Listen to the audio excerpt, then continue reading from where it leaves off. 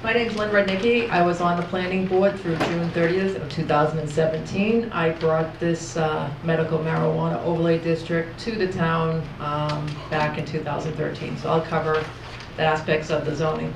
I did include Article 3. We left off at Article 1 and 2. Karen has taken Article 6.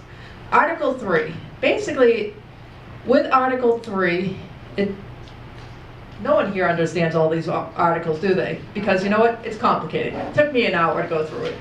With Article 3, it prevents only the growing of recreational marijuana, along with a couple of other weird craft cultivation and basically, you know, some sort of marijuana event from happening in town.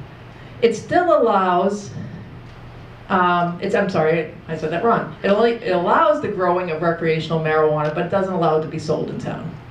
Right now, the selectmen are sponsoring that we should have the largest recreational marijuana facility in possibly the country and grow it here because it's good for the economy, it's good for people, but we shouldn't sell it here. Basically, if you vote yes on 1 and you vote yes on 2, this article's not needed. So that's basically Article 3. Grow it here, but don't sell it here, not in my backyard. I find this the most offensive article, but that's my personal view. Article, next up. This is what was planned in 2005, and this was passed at May 2007 town meeting. This was just less than 10 years before they started on this marijuana facility. You'll see that in the back. Over here, you have baseball fields. Over here, soccer fields, ice skating rinks, retail, warehouse office, residential, retail here, some more warehouse here, and some more warehouse office space here. This is what they showed us. This was in lieu of having other residential developments.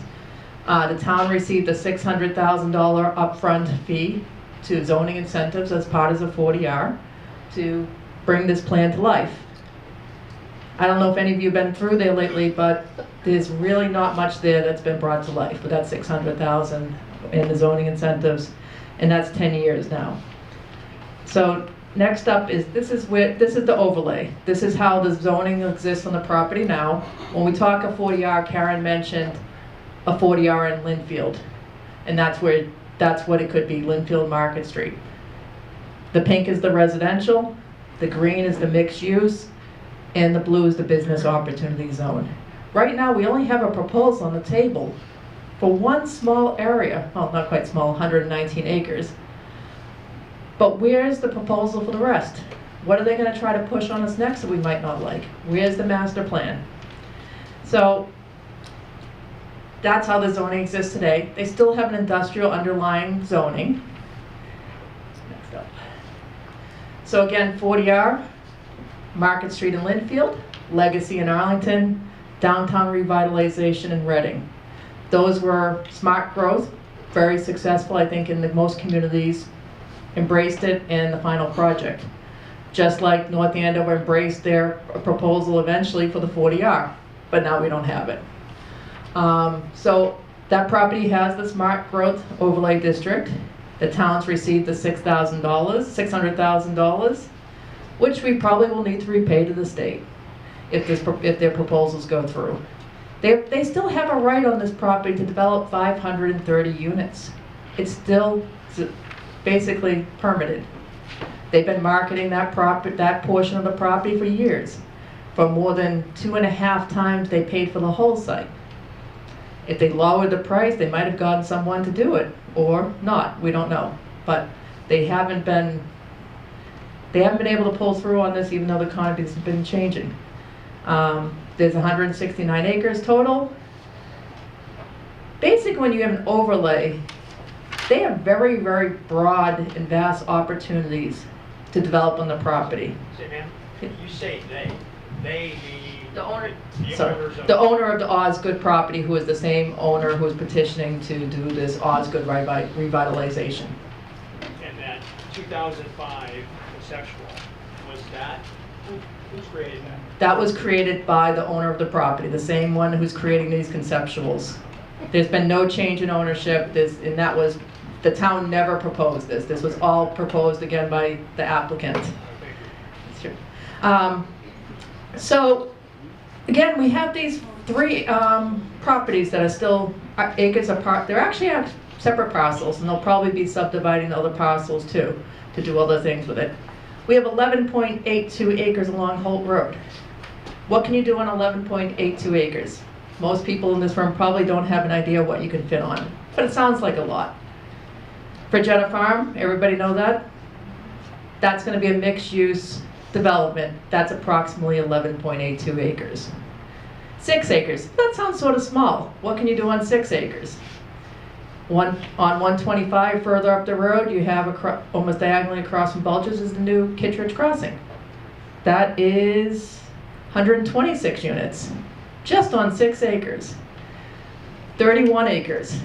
Now we're starting to talk big numbers. 31 acres, the closest properties you have to that are Heritage Green, which is 40.8 acres, and Oak Ridge Village, Maplewood Reserve, which are 40.7 acres. So we have a large piece of the puzzle missing. And there's reasons for that. You don't bring out all your opposition at once. You know, it's gonna be death by 1,000 cuts. So, has anybody asked for them or demanded to see the master plan? Everybody, let's keep yeah. the questions to the end, because Yeah. we really do have, we have a lot to get through. Okay. Well, not only that, we want people to have Yeah. a microphone, so Yeah. everybody Yeah. can hear it. Okay, so back to the 40R zoning, why does it matter? We have 50 acres that are being excluded from this current proposal. Where's the new master plan? There's 530 units which could potentially be built on site. Where are the new plans? Does the town need to pay back the $600,000 to the state?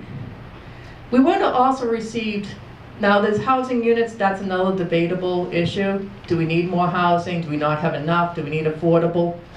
But what's not debatable is we would have received almost $5,000 per housing unit that was developed. We likely would have reached our affordable housing guidelines already. We would have had an incentive, cash incentive up front of over $1.5 million, and we would have had control over the future growth. I'm personally not opposed to a 40B project. We have Berry Farm. Berry Farm likely would have had more controls been put in place. A 40B allows the developer to go around planning and go right to zoning and get variances in height that people don't like, get variances in setbacks. So when we were promised this, part of the promise was that we'd reach our housing, affordable housing, so we could have controlled growth in towns. We don't hurt the schools. Now we're being told that marijuana is going to be our next save our schools. We're going to need the money for the future.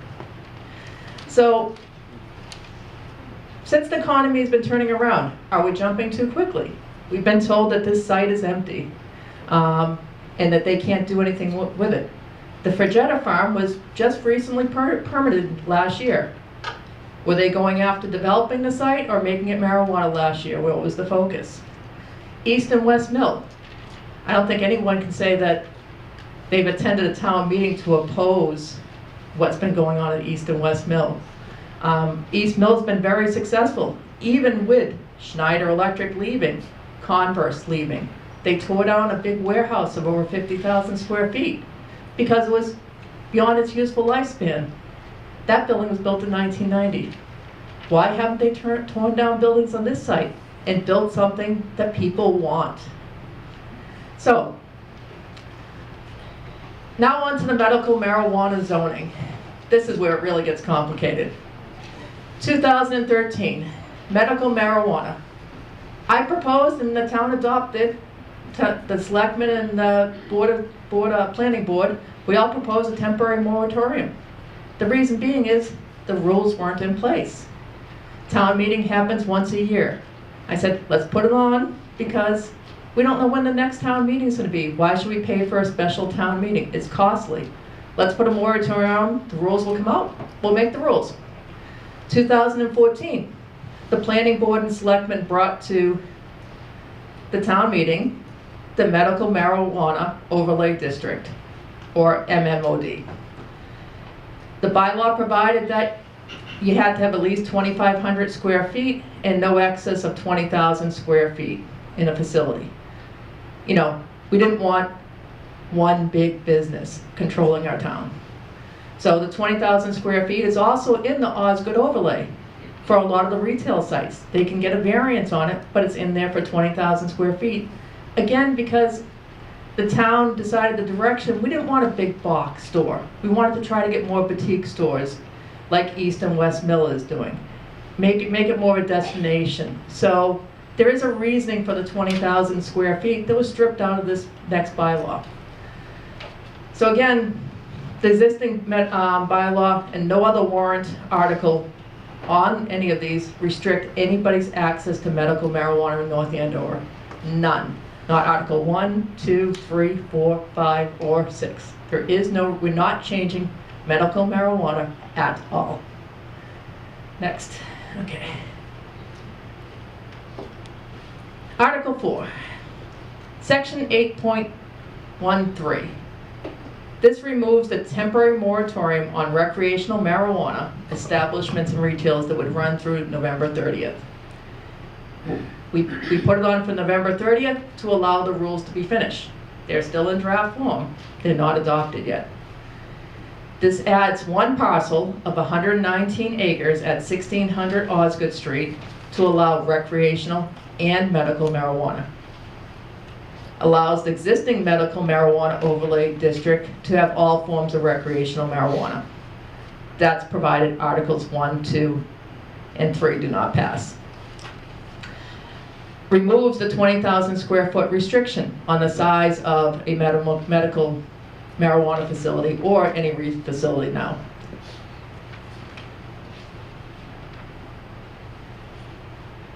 Okay.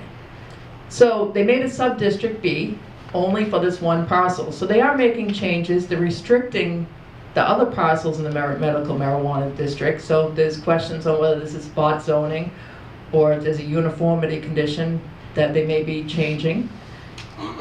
They're allowed to have a limited medical marijuana treatment center only in this sub-district B, but not in the rest of the MMOD. If it's good for one, why isn't it good for everyone?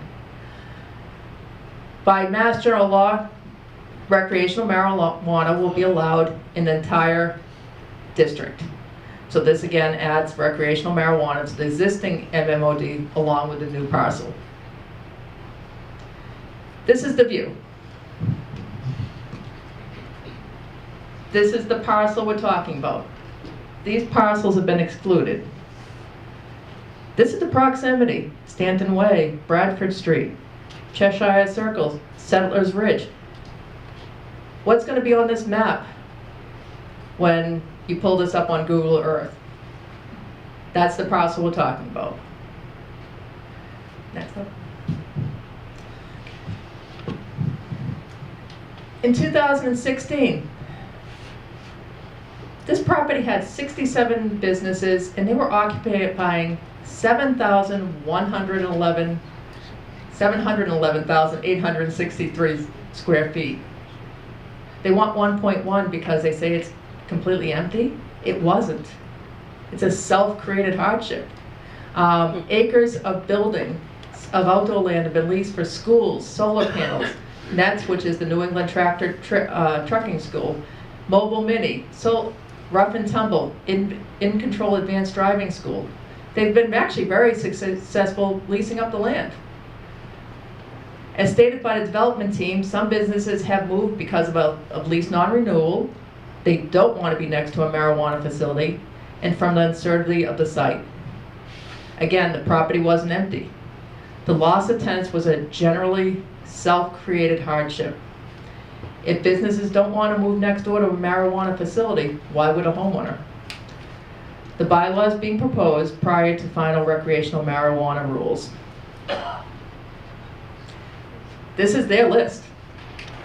They submitted it to the town in 2015, highlighting how well they've done with the property. And then again in June 2016. These are the manufacturing. These are the recreational. We're going to lose all the recreational because by state law, there has to be a setback. So those places are already leaving on their own because the writing's on the wall, or the leases haven't been renewed. You have warehouse and distribution. So they're telling them they'll find places elsewhere for them. That's in their proposal. Where are those places elsewhere? They don't own any other property in town. They're moving them out of town. That's where they're going to try to relocate these businesses. What is going to be the net jobs? So Dan Leary, their project coordinator, says the net jobs from today, or January 10th, will be an estimated increase of 1,000. Not the net jobs from even a year ago before they stopped renewing leases. How many jobs would there be now if the hundreds of thousands of dollars spent on the campaign were spent on property renovations, attracting new businesses, and embracing an incubator site or other solutions? Over the years, we've seen that this site allowed for the startup of small businesses and some larger businesses to stay in town. So what's going to be the effect on the whole town? One interesting fact is water technologies, which you all know. If you don't, you should. You drive by it on 114 near National Grid. They've outgrown their site, so they put satellite offices over there. 21,000 square feet. What do they decide to consolidate their whole operation when they have to move out of this property into one facility and move out of town? There's so many questions regarding this project. No one has done a comprehensive study of the jobs that are there, the jobs that would leave, what would happen to all the businesses, and what's really the whole plan. So the article, medical research. They tout it as a medical research. They're only willing to set aside 15% of the gross floor area for research. Just 15%. If that's the first thing you're toting, isn't that the majority of your percentage? If you're saying that this is your primary business, 15% is not considered primary. That's an accessory use. There's a low percentage for research. There's no tiered approach. There's no requirement that they actually do research. Just to reserve the space, it can be left unused, and that's in their proposals. There's letters of interest. They call them letters of intent, but the letters of interest that they provided. They haven't been updated. They're all at least over a year. They all pertain to medical. None of them mention this recreational facility, which it has now turned into by their own words. Medical on the property has been a by right use. They've been able to develop medical, basically actually with the 40-hour overlay. They were able to bring in recreational that wouldn't have been allowed on an industrial site. They could have done a hotel. They could have done a pharmaceutical building. They pretty much, between the two overlays, the town gave them pretty much blanket authority to go after any business, any type, any project, and work with it on site. But in 10 years, they weren't able to do that. No one in town has had such a vast opportunity except for this one property. East and West Mill have a similar overlay for the downtown overlay, and they can't do, they probably have about a third less things they can do on their site than this site. But they've been able to tear down buildings, repave parking lots, reinvest into the structure, and not let their businesses run down to the ground and say, oh, no one wants to stay. Again, is this the best use for the town? Why did the selectmen spend tens of thousands of dollars in a bid for Amazon 2 if they believe the recreational medical marijuana research facility is the best use? If you believe it's the best, you don't spend money pursuing someone else. Do we want one property owner to have such an impact on the finances of the town if it materializes? Can they be successful? No one has developed such a large site. Freetown hasn't been built. No one has developed such a large indoor facility. The numbers don't hold weight, not for medical, it's all going to be recreational. Do they have the financial capital to wait out the years to phase up? How much money does the town lose in the next few years while that happens? Impact fees can only last 5 years by law. They're proposing in their own literature, it will take 2 to 3 years to phase up. We might get 2 years of money, but in the meantime, we've already kicked out all those 67 tenants and 700,000 square feet of space, or they've left on their own because the writing's on the wall if this goes through. The ball fields, this is their own quotes. Ball fields may remain for use by town leagues under the current terms. Zoning bylaw requiring 500 setback will need to be addressed, possibly by citizen petition. They haven't presented a citizen petition. If they want the soccer fields to stay, why didn't they got 600 signatures for a host agreement, which they said by their own words is non-binding, arbitrary, made-up numbers essentially, that the selectmen couldn't even understand. Why didn't they bring something legitimate like the citizen petition to allow the soccer fields to stand? If it can even be done because of the state zoning requirements for marijuana have a 500-foot setback. Is it real? Don't know. There's no petition. All these small businesses, can they stay in business? Can they afford the moving costs and the new funds to fit out in another place? Are we just putting these businesses out without even talking to them? Zoning bylaws. There's been comments about morals don't matter. It's personal opinion doesn't matter. But it does. To be part of the bylaw, it requires is the promotion of the health, safety, convenience, morals, and the welfare of the inhabitants of the town of North Andover. Does having the largest recreational marijuana facility meet those requirements? Encouraging the most appropriate use of land, preventing overcrowding of land. I'm not going to read them all, but you get the point. You get the point.